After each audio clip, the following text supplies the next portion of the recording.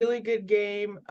It's interesting to see if you look at the score, 20-13, it seems like a low scoring game, but Utah pulled ahead in the fourth quarter. You would think this would have been a higher scoring game, but it was just a great game, a preview of what we're going to see next year with Utah being in the Big 12. But there were still some controversial things toward the end of the game that, you know, in a way kind of soured the game a bit, but it was a really great game. I think it Utah came to play. Like Utah now wants to be in the conversation. I think that's what this game really was about. I am a bit disappointed in Baylor. They had multiple opportunities, but I think those interceptions were just too crucial that it just took the air out of their sails for this game. But Utah is really saying that we want to be part of this playoff conversation. And Saturdays being Saturdays, a lot of teams showed on Saturday, hey, look at us. We want to be part of the conversation. We want you to talk about us. So even though we're talking about Utah and Baylor, Texas is now in that conversation. Colorado, of course, is one. Got a new shirt. Michigan is now one. Now Notre Dame. You have these teams now saying, hey, look at us. Look at what we can do. Talk about us more. And when you get all that hype, it goes to the players. You see it. They're energetic. They're rallying around each other. The school's rallying around each other. The students are rallying around each other. And it makes to be great college football. For the first 45 minutes, it seemed as if Baylor was in control of this game. But Sawyer Robinson, he played solid in the first half. Well, those turnovers in the second half was an abysmal for Baylor. Baylor was in command for most of the game. They even hold Utah to just 211 yards total offense. So Baylor was rolling, but those interceptions in the second half and, giving up those two touchdowns late, those late 2 minutes of the game just cost them. It cost them. And I know that a lot of people, especially in Baylor Nation, they're thinking whether a pass interference should have been called on cornerback Miles Battle when Ketron Jackson Jr., who battled him in that possession, when he got asked that question, do you think that they should have been called pass interference?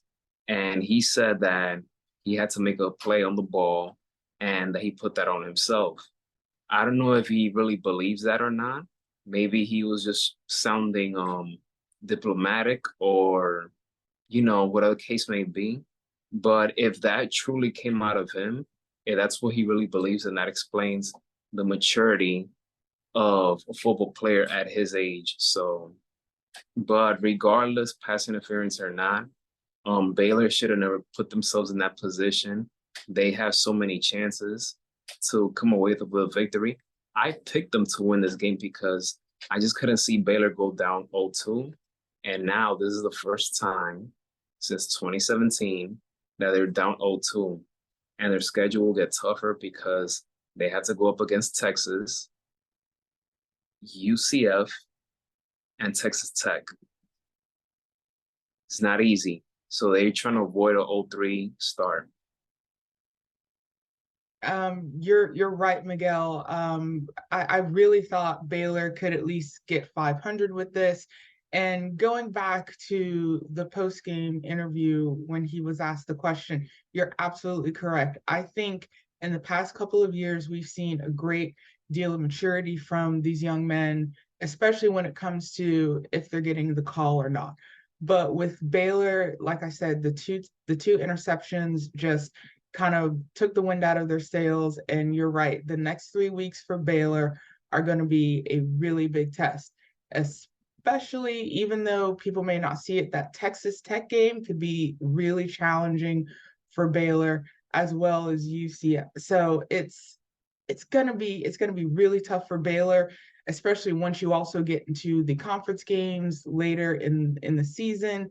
And if they want to have to, if they still want to have that chance, whether bowl game or even the possibility of a playoff spot, they need some help, within the conference, but they also need to make those really great plays. They need to win these football games. If they're up early, they need to stay there.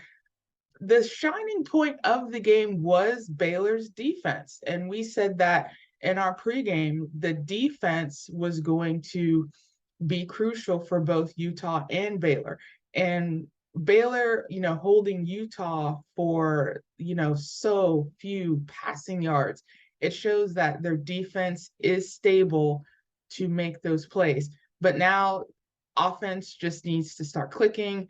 Offensive coordinator, quarterback coach, they need to get with that offense to see what they need to fine tune, what they need to possibly fix, because Baylor's in a tough spot right now. And Big 12 is a really tough conference.